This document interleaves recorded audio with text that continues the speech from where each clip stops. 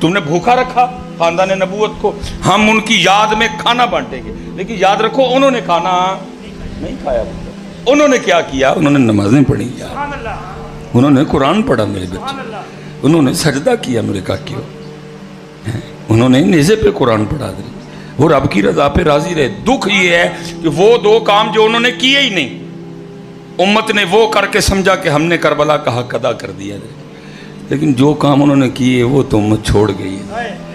قرآن امت نے چھوڑ دیا، نماز امت نے چھوڑ دی، ان کا طریقہ امت نے چھوڑ دیا، تقوی امت نے چھوڑ دیا، سخاوت امت نے چھوڑ دی، درگزر کرنا امت نے چھوڑ دیا، پردے ڈالنے امت نے چھوڑ دیے۔ قبلہ شاہ صاحب بیٹھے ہیں ماشاءاللہ سادات، نبی پاک علیہ السلام تشریف لائے حضرت معراج سے، چاروں یار بلائے حضرت جی، صدیق اکبر کو بلایا، عمر فاروق کو بلایا، عثمان غنی کو بلایا، مولا مرتضیٰ کو بلایا رضی اللہ تعالیٰ عنہ، اور ایک جبہ دکھایا، فرمایا یہ جبہ فقر ہے، مفہوم ہے بات کا، مجھے اللہ نے دیا ہے، اور کہا محبوب جس کو چاہے دے دینا، ابو بکر اگر تجھے دوں کیسے حق ادا کرے گا؟ حق ادا کرنے سے مراد یہ ہوتا ہے کہ مجھے اکثر لوگ کپڑے دیتے ہیں نا، تو میں ان ایک بندہ کہنے کے کپڑے سوال آؤں گا حضرت، لیکن ہے آج یہ انداز ہمارے پاس حضرت ہے؟ میں نے تو پتہ لگ جائے جب میں شیخ اوپر تک سارے انہوں نے دس کیا ہوا تو میرا نا سلیمان کوئی نہیں ہے ہمارے پاس کہ ہم بھی کسی پہ پردہ ڈالیں گے۔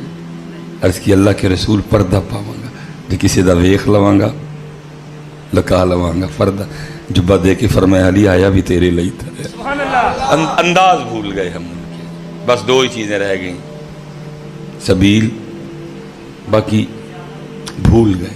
میں نہیں کہہ رہا، اقبال رو کے کہہ رہا، اقبال کہتا تھے تو آبا وہ تمہارے ہی مگر تم کیا، تمہارا کیا واسطہ ہم سے، تمہارا کیا تعلق حضرت تم سے۔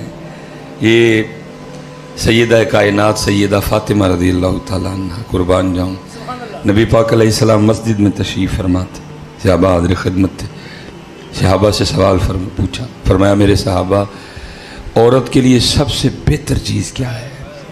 اب پتہ نہیں کتابوں میں نے ویسے نہیں پڑھا صحابہ میں سے کسی نے کچھ جواب آپ کی بارگاہ میں عرض کیا یا نہیں کیا، اگر کیا تو کیا جواب عرض کیا، لیکن میں نے پڑھا ہے کہ وہ بات ہوتی نا سیدہ کائنات تک آئی کہ آج اللہ کے رسول آپ کے بابا جان نے مسجد میں صحابہ سے سوال کیا کہ میرے صحابہ عورت کے لیے سب سے بہتر چیز کیا ہے؟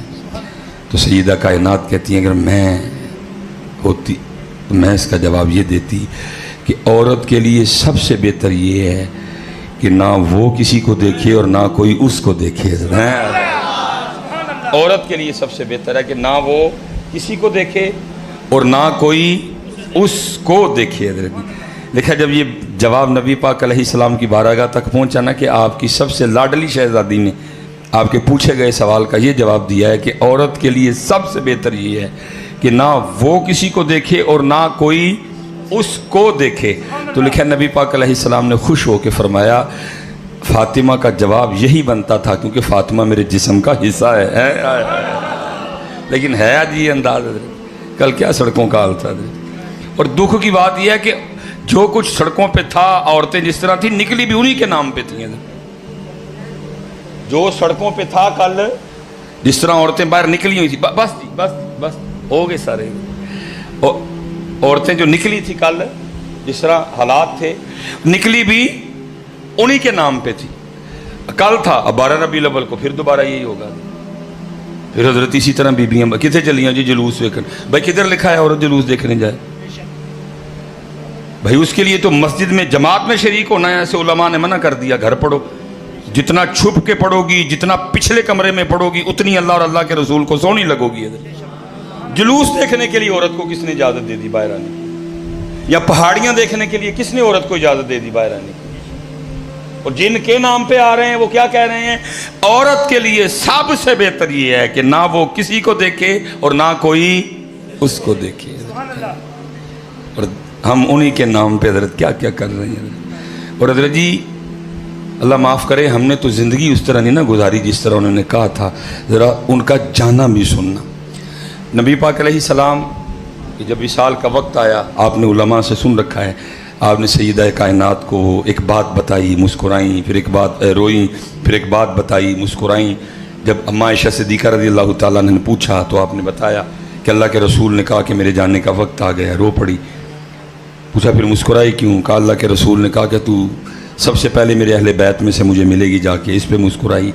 اب سیدہ کا تو انتظار رہا، وہ جو 6 ماہ تھے وہ انتظار کے تھے. سیدہ کائنات نے انتظار کیا کب وہ ویلا آئے، کب وہ وقت آئے، وہ انتظار تھا. اس لیے لکھا ہے آپ علیل بھی رہتی تھی، طبیعت بھی تھی، اور یہ نہیں کہ عمر مبارک بہت زیادہ، 28 سال کی عمر میں آپ کا وصال ہو گیا.